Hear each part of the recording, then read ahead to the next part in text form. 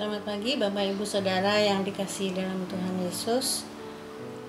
Selamat berjumpa kembali pada Sabtu pagi ini untuk boleh kita semuanya boleh memasuki saat jam doa fajar. Biarlah pada pagi hari ini kami juga akan berdoa bersama-sama. Kemudian ada sebagian dari firman Tuhan yang akan kami renungkan bersama-sama.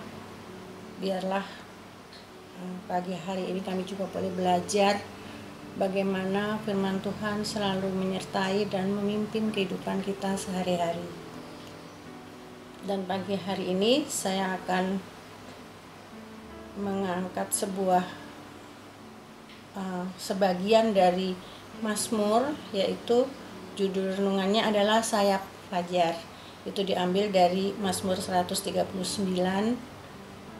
Nanti ada beberapa ayat yang kita akan baca bersama-sama.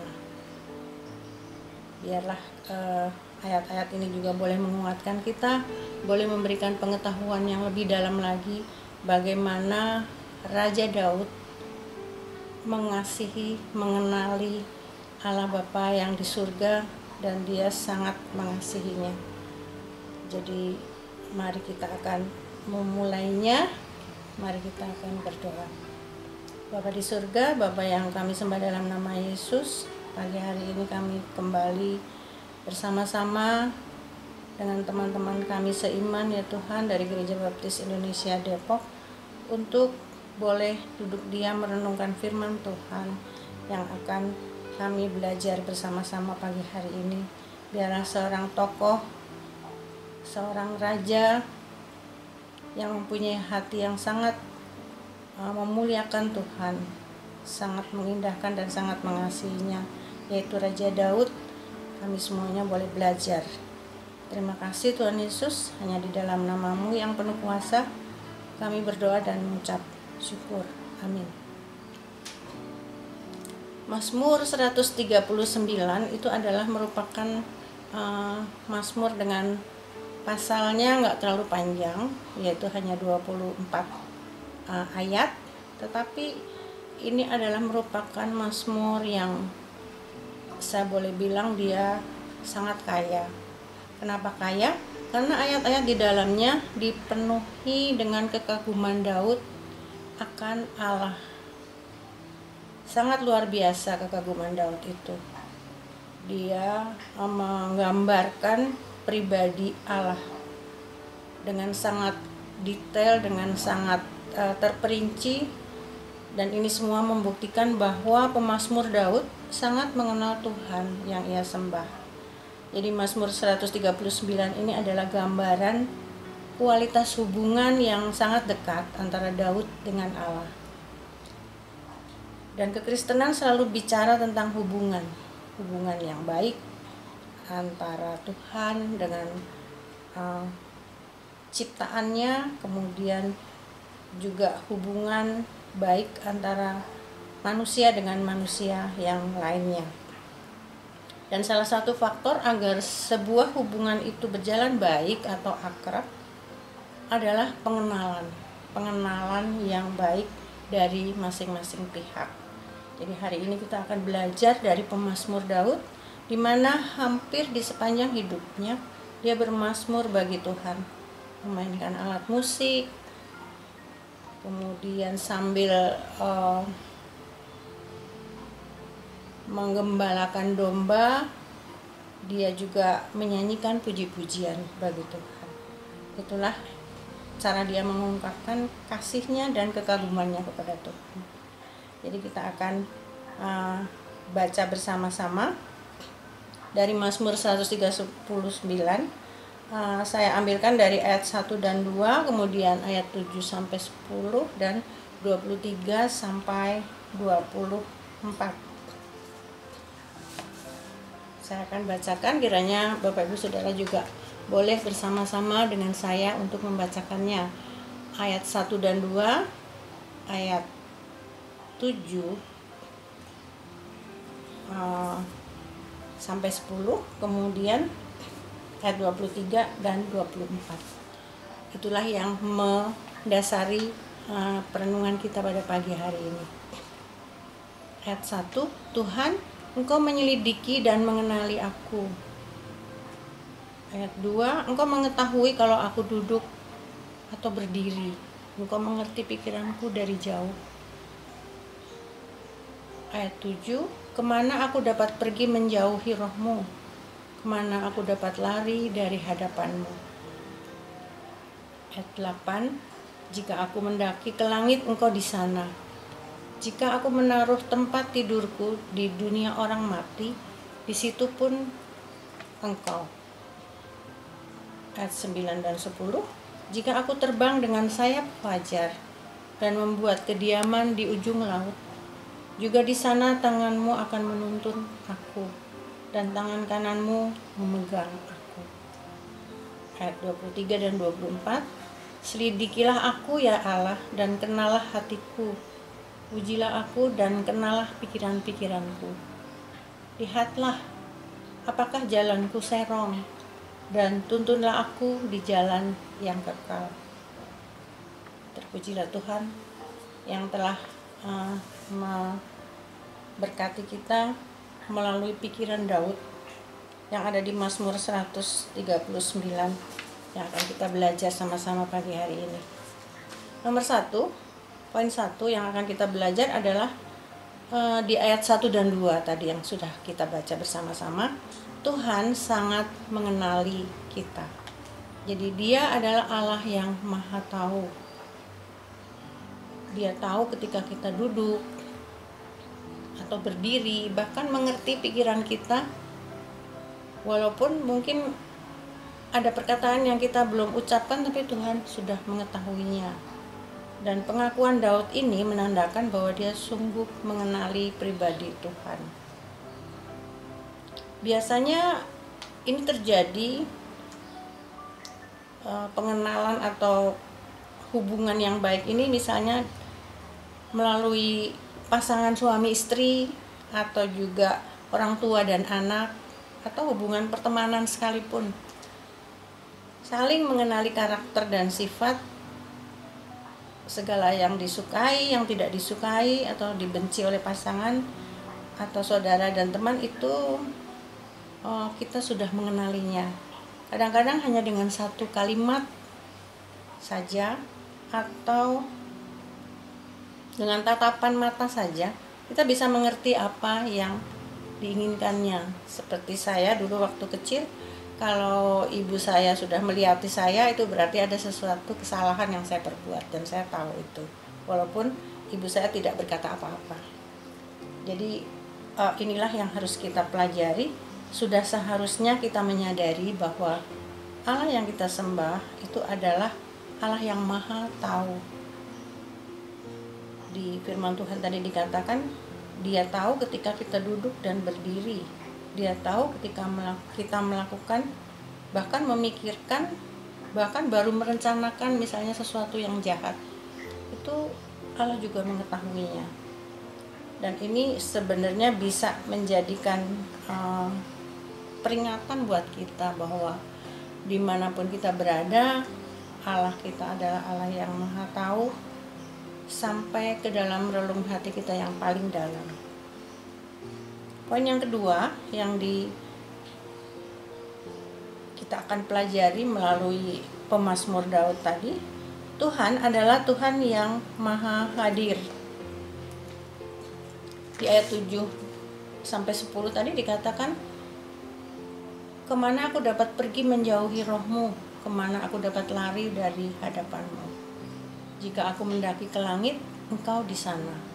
Jika aku menaruh tempat tidurku di dunia orang mati, di situ pun Engkau.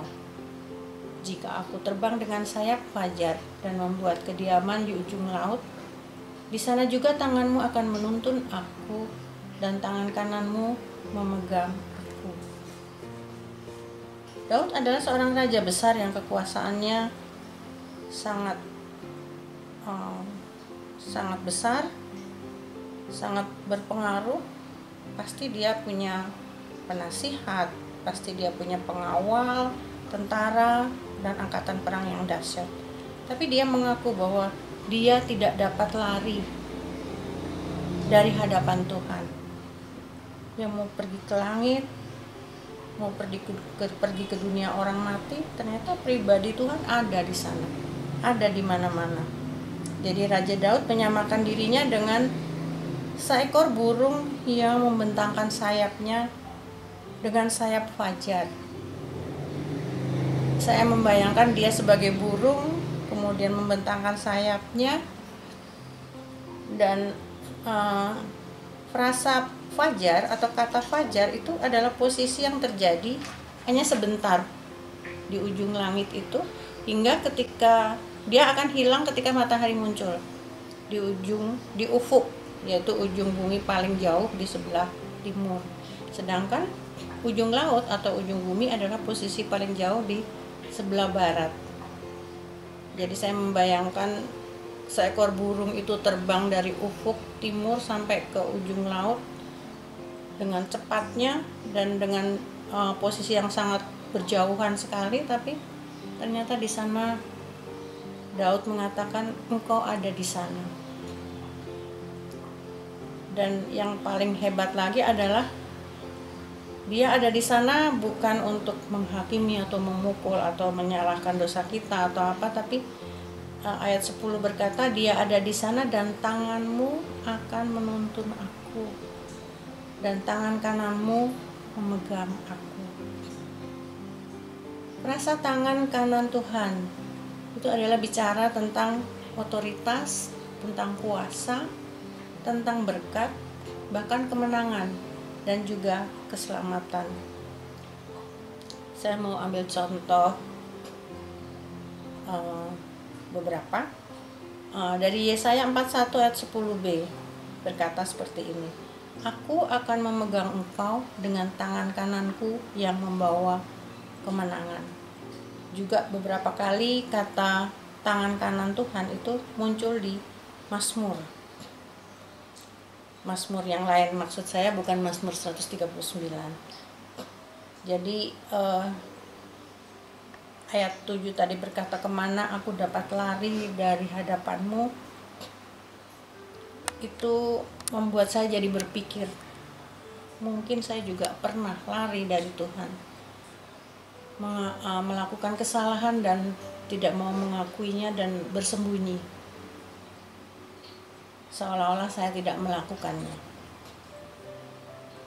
Jadi sebetulnya manusia itu mempunyai natur yang bersembunyi atau melarikan diri ketika atau sesaat setelah melakukan kesalahan. Maksudnya supaya kesalahannya tidak diketahui orang lain, tidak diketahui Tuhan, tidak diketahui siapapun. Kita lihat di Alkitab bahwa Adam dan Hawa ketika dia setelah melanggar perintah Tuhan untuk dia makan buah terlarang, apa yang mereka lakukan? Dia bersembunyi. Seolah-olah ketika bersembunyi Tuhan tidak tahu, padahal Tuhan juga memanggil dia. Kamu di mana? Seperti itu. Dan Tuhan bukannya nggak tahu, tetapi memang Tuhan mencari. Dia ada di sana di tempat persembunyian kita. Juga ada satu tokoh, seorang nabi, yaitu Nabi Yunus. Dia melarikan diri ketika diperintah Tuhan untuk pergi ke Niniwe. Dia tidak pergi ke Niniwe, tapi dia lari ke Tarsis, jauh dari hadapan Tuhan, dan berakhir di perut ikan. Jadi di perut ikan pun sebenarnya kalau kita mau berpikir, kok bisa ya masih hidup ya di perut ikan, padahal ikan itu kan masih hidup. Dia posisinya pasti pencernaannya pasti bekerja terus, di situ ada banyak asam lambung dan yang lain-lain, tapi ternyata dia tetap hidup, tetap bertahan hidup selama 3 hari 3 malam. Itulah kemahahadiran Tuhan dan kasih Tuhan yang besar. Kemanapun kita lari, di sana ada Tuhan, dan Tuhan itulah yang akan terus memimpin kita ke jalan yang memang Tuhan inginkan. Juga peristiwa pembunuhan yang pertama di Alkitab, yaitu ketika Kain membunuh Habel. Akhirnya dia lari ke negeri pengembaraan. Dia ketakutan karena Tuhan berkata, iya, akan ada akibat dari pembunuhan itu karena darah adikmu itu memanggil, mengadu pada Tuhan. Jadi sebenarnya pertanyaan ini juga menjadi pemikiran buat kita semua. Kita tidak dapat lari dari hadapan Tuhan. Kemudian yang ketiga, pembelajaran yang kita boleh dapat dari Raja Daud, yaitu permohonan Daud kepada Tuhan. Itu di akhir ayat yang ada di akhir Mazmur 139, yaitu ayat 23 dan ayat 24. Selidikilah aku ya Allah, dan kenalah hatiku. Ujilah aku dan kenalah pikiran-pikiranku. Lihatlah apakah jalanku serong, dan tuntunlah aku di jalan yang kekal.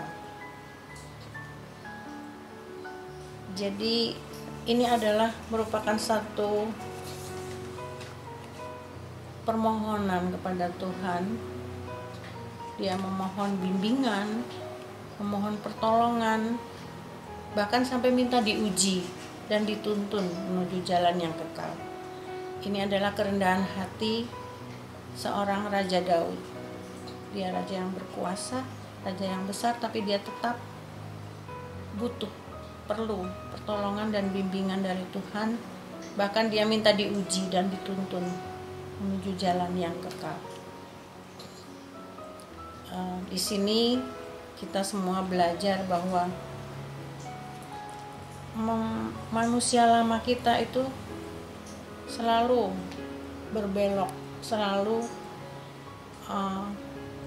keluar dari jalur yang Tuhan inginkan, dan hanya melalui pertolongan dan bimbingan Tuhan sajalah kita boleh balik lagi kepada jalan yang Tuhan perintahkan.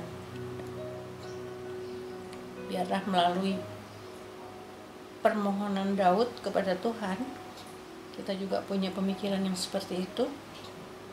Kita bisa mohon, kita bisa menyerahkan seluruh pikiran kita, hati kita, dan kekaguman kita kepada Tuhan yang sungguh mengasihi. Mazmur 139 ini dipersembahkan Daud kepada Tuhan yang dikasihinya, kepada Tuhan yang dikenalnya. Mari kita renungkan, sejak kapan Daud itu mengenal Tuhan atau mengasihi Tuhan. Kita ingat ketika dia masih remaja. Dia dikatakan di Alkitab yang berwajah kemerah-merahan dan menggembalakan hanya 2-3 ekor domba. Tapi dia dengan setia melakukannya, sambil memainkan musik untuk Tuhan. Dan saat itulah Tuhan berkenan akan hati dan pikiran Daud yang sungguh mengasihi dan mengenali Tuhan. Juga ketika dia berhadapan dengan Goliat, dia juga sebagai seorang anak yang masih sangat muda, berperang melawan raksasa yang sedemikian besar dan kuat, tapi dia berkata dia berperang atas nama Tuhan. Luar biasa.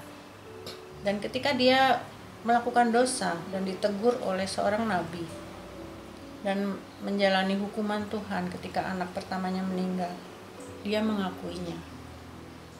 Dan dia berkata, hanya kepadamu saja aku berdosa. Yang terakhir ketika pada masa tuanya, ketika dia